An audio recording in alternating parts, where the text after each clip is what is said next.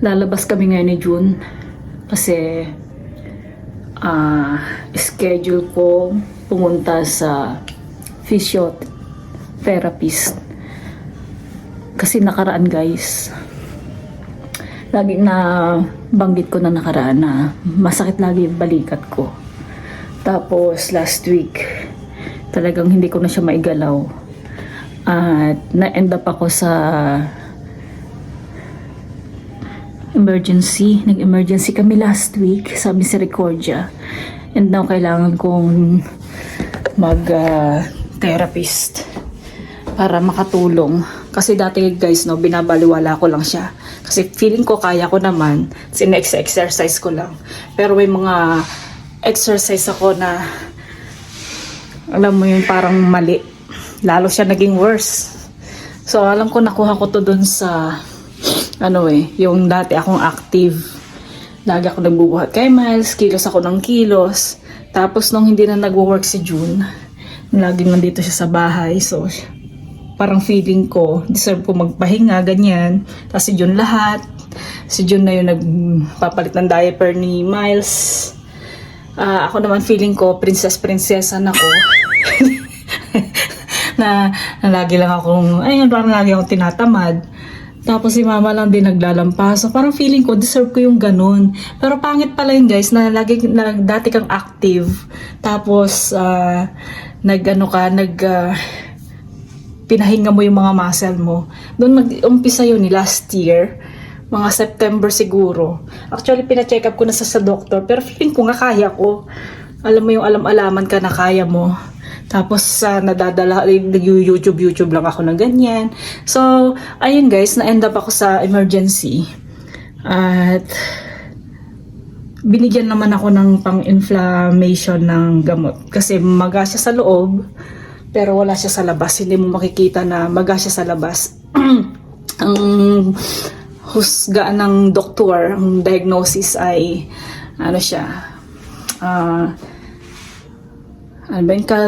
calcium deposit doon sa aking rotator cuff. Diba yun ngayon, tututukan yun ng physio, dudurugin yun, kung ano exercise. At least ngayon pwede ko na siyang igalaw-galaw. Ayan, igagalaw-galaw ko na siya. At ngayon nga guys, nakalus ako ng damit. Ayan. Kasi sabi ng physiotherapist, kailangan comfortable yung aking susuot. Ayan, hinintay ko si June na alis kami. Kasi 12:15 yung aking appointment. Dito lang naman yun, malapit lang naman sa Spruce Grove. Tingnan natin kung anong gagawin sa akin. Kung anong pag-ikot-ikot ang gagawin, paghihilot-hilot. Ano, honey? Hindi naman ako pababa na sasakyan. Ikaw lang lang doon, di ba? Ay, hindi mo ako sasamahan sa physio? Hindi ka mag-moral support sa akin doon. Para makita mo kung anong ginagawa sa akin. Hala ka? Doon lang ako sa sasakyan. Samahan mo ako sa loob, honey, pa rin. Hindi, para karamihan kasi babae yata doon. Ano? Oo, nahiya ako nung mga nag-ano sila doon eh. O sige, kung ayaw mo. So, ayun guys. Ganito na Oo. Dito na ako. Kailangan bang gwapo pa dun pupunta? Mag-driver lang naman ko sa akin. Tapos, ayun, dahil din physio ito ay ang magko-cover sa kanya ng pagbabayad ay yung aming insurance. Hindi siya covered ng Alberta Health Card. At tinanong namin yung aming insurance kung magkano yung aming coverage. Hindi siya ganun kalaki kasi nga kami lang din na nagbabayad ng aming mga insurance. Wala kaming partner, kumbaga company na magko-cover kasi nga kami ay self-employed. Halika na, honey. Self-employed kasi kami. So yung aming contribution ay hindi ganun kalaki. Kumbaga wala kaming partner sharing, parang ganun. Kaya mostly ang babayaran namin ay 129 yata sa assessment. Tapos per session ay 103. So 200 ngayong first meeting, and then following meeting 100 every session, parang ganun. So ngayon paalis na kami guys kasi 12:15 ang aming appointment. malaking improvement na umiinom ako ng gamot kasi nagagalaw ko na siya. Kailangan lang talaga ng tamang exercise, tamang hilot, tamang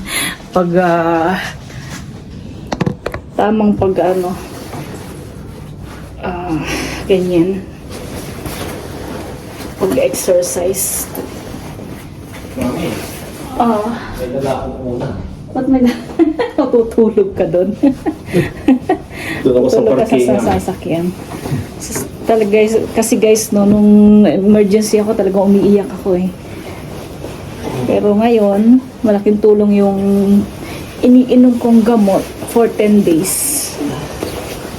Dati hindi ako makapag-jacket na ganyan. No? Ngayon, kinakaya ko. Kayang-kaya na. Pero kailangan pa rin ma-meet ang physio. Kasi sa atin guys, ng solusyon lang naman sa mga ganito. Parang kailangan lang ng tatapalan lang ng mga banaba at mga inihaw na luyahan, no? Pero dito ay kailangan talagang matapos na si Ate, alis na kami maha. Kailangan talaga guys ipakita mo sa mga professional na nakakaalam.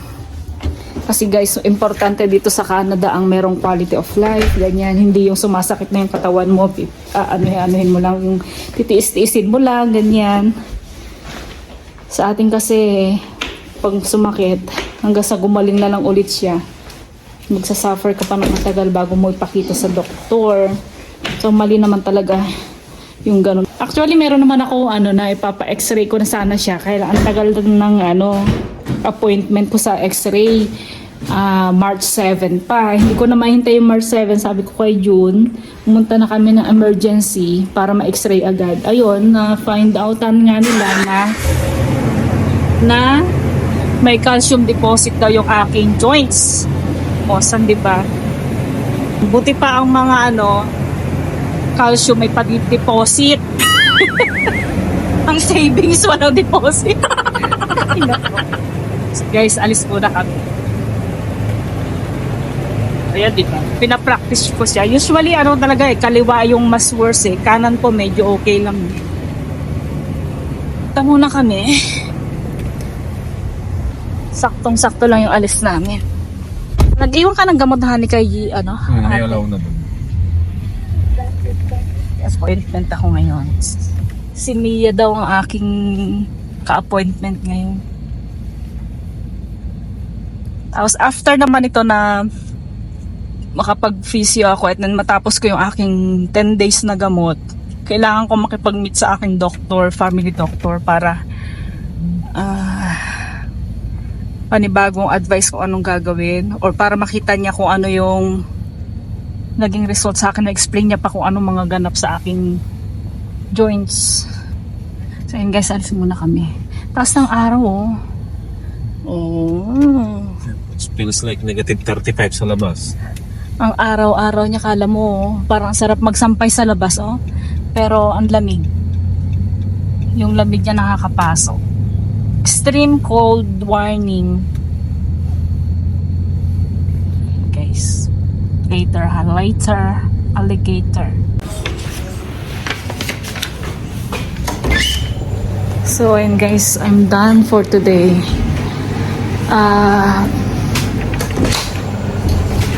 Na-relax talaga yung balikat ko din kasi tinuruan ako paano ako mag-exercise sa bahay, mga simpleng mga workout ng shoulder, tapos nilagyan nila ng machine para siyang tinutusok-tusok para mabuhay siguro yung mga natutulog doon na kung ano-ano.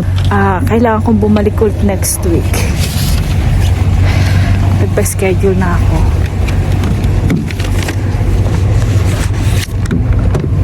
Han, Pwesto pa nga lang ako, andyan ka na pala. hindi ka nakatulog. Ang sarap din ng daddy. Hinimas-himas yung balikat ko. Kuha sa himas. Kailangan lang naman yata ikaw maghimas nito, Han eh. Nilagyan nila ng machine. Oo. Hanggang ngayon nararamdaman ko yung parang tumutusok-tusok siyang ganyan, no? Binigyan din nila ako ng pang-exercise. Mga sample exercise na kayang-kaya kong gawin sa bahay. That's good. very stiff nga dito ko. Pero in-schedule nila ulit ako next week kasi Bakit kailangan... next week? Di ba pwedeng araw-araw ka mo? Dapat sana. Oo nga eh. Oh. Maraming schedule yung Mia. Sa Thursday nga ako nagpa-appointment 10:30. O gusto mo Wednesday uli na ganito? Kasi Thursday si Pem nandyan. Thursday na ba yun? Oo. 27 na ba yun? Ay, oo 27 nga, no? na yun. So Thursday, sa Wednesday na lang pala. Thursday. Hindi pwedeng araw-araw kasi ang gusto ko yung lalagyan nila ng machine eh. Yung nilwinarm nila to, tapos yung muscle, yung muscle Ano yung ko. machine na yun? Ha? Alam mo yung parang mayroon siyang tusok-tusok na yung muscle niya talagang ginaganon niya oh. Tingin ka sa Amazon? Parang meron sa Amazon, parang may ganun ako dati eh. Kaya lang sa chan naman yung binili ko noon. Tingnan mo sa Amazon. Baka makakaginhawa ka doon eh. Kasi ang bilis lang naman ang ginawa sa akin dati. Oo nga eh, sabi ko, alauna pa lang. Inano lang nila yung... Kaya nagbayad ka na ng 200. explain lang nila sa akin na stiff nga yun dito ko. Tapos hindi talaga ako pwedeng mag-activity ng above my shoulder level. Yung magbubuhat ka, kukuha ka ng glass doon sa counter, sa ano mo, sa shelves mo ng mas mataas sa ulo mo. Lalo siyang masasaktan. Kailangan mag-subside yung ano niya doon, maga niya. Bago ka kabalik sa ganong activity. Usually daw 6 to 8 weeks ang hilom nito. Eh paano yung gamot? Sabi ko naman sa kanya, umiinom ako ng naproxen. Hindi, dapat 6 to 8 weeks naman. Ay hindi naman. Kasi actually sabi niya yung ganyan, yung iba talaga hindi nakakagalaw eh. Sabi niya hindi niya naigagalaw. Buti ka nga. Sabi ko kasi umiinom na ako ng pang-inflammation eh. Nakatulong talaga yun kasi nag-emergency nga ako kasi hindi ko talaga din siya maigalaw eh. So dapat pala mag-Wednesday na lang ako ng appointment. Ay, Tawag ko nga pala 10, 12. Itawag mo na ngayon. Sige. Wait lang. Kung pwede. Papa-schedule ulit ako. So hey guys, good morning. Kahapon, hindi ko na naituloy yung aking binavlog. Kasi pagdating namin ng bahay, alam mo yung feeling ko na exhausted ako kasi masakit yung aking mga balikat, yung kirot na kumikirot na nga, tinusok-tusok pa lang kung ano-ano sa inassess nila. At nilagyan ng machine, ganyan. At feeling ko, pagdating ko, alam mo yung gusto ko man mag-vlog, parang wala ako sa mood na kasi nga sakit na ng katawan ko. At ina-advise lang talaga sa akin ng therapist na hanggat maaari wag akong magbuhat ng mabibigat. At mabuti na lang guys na nandito si Jun nga sa bahay. So kapag kailangan ni Miles ng i-reposition o palitan ng diaper, so siya na yung gumagawa. At ako muna, kailangan ko muna magpahinga. At kasi sabi ng therapist, 6 to 8 weeks or so bago pa ito talaga gumaling at makabalik ako dun sa dati kong mga ginagawa. At tinanong din niya ako kung activity ba ako sa labas, like mga snow skiing, mga ganyan-ganyan. Or nag-walking daw ba ako sa labas. Hanggat maaari ay hindi muna ako sa mga ganun. Sabi ko hindi naman ako masyadong ganung activities, masyadong mga ganun bang mga harsh na activities. Sabi ko hindi naman.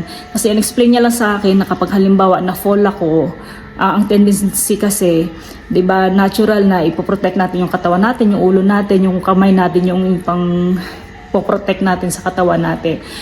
Weak pa yung shoulder ko. So kapag halimbawa nangyari yun, lalong lang magiging worse.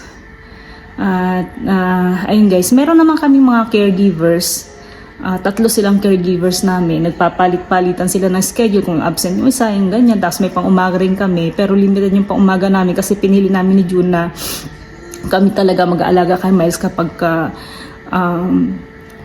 umaga para naman meron kaming bonding, maayos namin siya personally, ganun. So sa gabi, meron kaming full-time na caregiver talaga para makapagpahinga naman kami ni June. So ganun, maganda naman schedule namin. Pero kasi siguro talagang tumatanda na ako, yung buto ko hindi na ganun ka-strong. Tapos kailangan ko rin talaga ng pahinga. Tapos medyo, yun nga guys, medyo masakit yung sore throat ko. Masakit yung sore throat. Masakit yung throat ko dahil nga sa sobrang lamig. Tapos ngayon, kaya ako nakagaya kasi pupunta kami sa grocery ni June kasi 1 linggo na kami hindi nag-grocery guys. Ngayon ay kailangan na namin mag-groceries. May mga bibilhin kami mga bagay-bagay na mga baon ni Ashton, ganyan. At gusto ko rin sanang sagutin sa susunod na video guys, no. Itutuloy ko ito sa susunod na video kasi may nagtatanong sa akin tungkol sa mga bilihin, ganyan. Actually, marami na nag-video nito pero dahil tinanong niya ako, siguro gusto ko rin makapag-share, ganyan. At nagdadry yung aking lalamunan. Sorry guys ha. So ayun guys, ang masasabi ko lang talaga, kapag ka meron ka nararamdaman, kailangan mo talagang wag baliwalain siya. Pagpakita ka, ipatingin mo siya sa doktor. Ganon.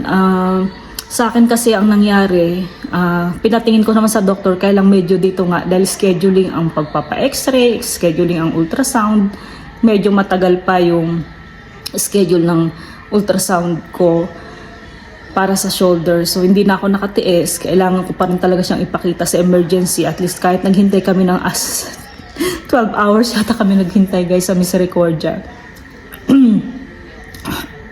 Sorry. So ayun, at least nabigyan ako ng mga gamot para sa masakit na shoulder, ganyan. Tapos in-advise nga ako na mag-therapist. So ayun guys, no. Maraming salamat. Palpak talaga. Maraming salamat sa panonood guys. At sana wag niyong kalimutang mag-subscribe para sa aking mga susunod na video. So nasasamid ako kasi guys eh. Kaya puputulin ko na dito ang aking video. Maraming salamat. Love, lots, Glenda. Bye!